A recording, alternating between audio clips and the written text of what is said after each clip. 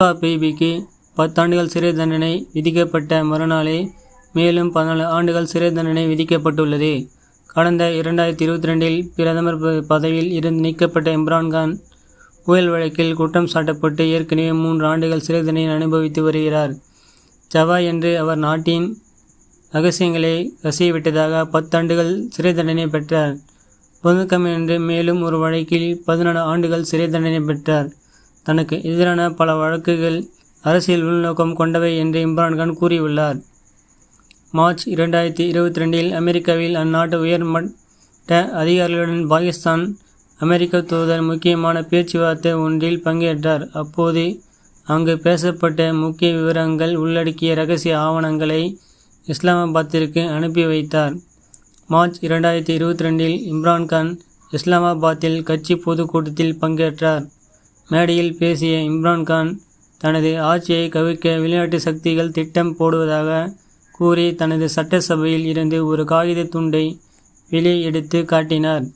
இம்ரான்கான் ஆட்சியில் இருந்து நீக்கப்பட்டால் அனைவரும் மன்னிக்கப்படுவீர்கள் என அதில் குறிப்பிடப்பட்டிருப்பதாக இம்ரான்கான் கூறினார். இதற்கு பின்னணியில் எந்த நாடு இருக்கிறது என்பதை இம்ரான்கான் வெளிப்படையாக சொல்லவில்லை. அதே நேரம் அவர் அமெரிக்காவை விமர்சிக்கவும் தவறவில்லை. இந்த சம்பவம் இம்ரான்கான் பிரதமர் பதவியில் இருந்து விலகுவதற்கு ஒரு மாதத்துக்கு முன்பு நடந்தது. தன்னை ஆட்சியில் இருந்து அகற்ற சதிவேலை நடப்பதாக இம்ரான்கான் முன்வைத்த குற்றச்சாட்டை அமெரிக்கா நிராகரித்தது. பாகிஸ்தான் தூதர் இஸ்லாமாபாத்திற்கு அனுப்பிய இரகசிய தூதரக கடிதங்களை புதுவெளியில் பிரதமரை பேசியது பெரும் அதிர்வலைகளை ஏற்படுத்தியது.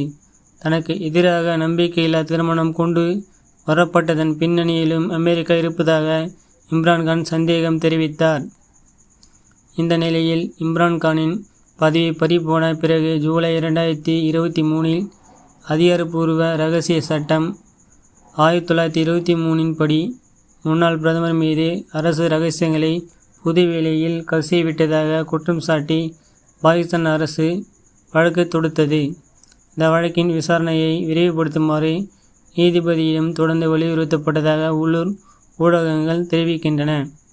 வழக்கை விசாரித்த பாகிஸ்தான் சிறப்பு நீதிமன்றம் இம்ரான்கான் மற்றும் முன்னாள் வெளியுறவு அமைச்சர் ஆகு மஹூத் குரேஷி ஆகியோருக்கு 10 ஆண்டுகள் சிறை தண்டனை விதித்து தீர்ப்பளித்தது. நீதிமன்றம் தீர்ப்பு கேலிக்கூத்தானது என்றும் தீர்ப்பை மேல்முறையீடு செய்ய உள்ளதாகவும் இம்ரான்கானின் பிடிஐ கட்சி தெரிவித்துள்ளது. இம்ரான்கானின் எக்ஸ் பக்கத்திலும் இந்த தீர்ப்பு குறித்து கருத்து பதிவிடப்பட்டுள்ளது.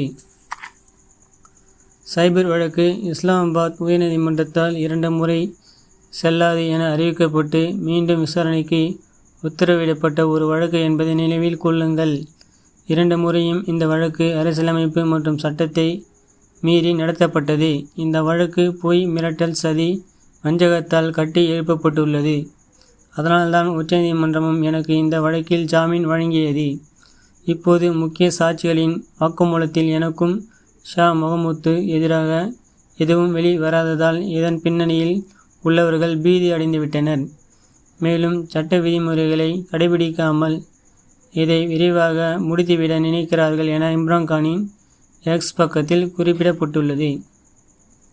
முன்னதாக 2023 ஆகஸ்ட் மாதத்தில் அரசை கருவூலமான தூகவினரிடம் இருந்த பரிசு பொருட்களை விரோதமாக விற்றதாக பாகிஸ்தான் முன்னாள் பிரதமர் இம்ரான்கானுக்கு எதிராக தொடரப்பட்ட வழக்கில் அவர் குற்றவாளி என இஸ்லாமாபாத் நீதிமன்றம் தீர்ப்பளித்தது.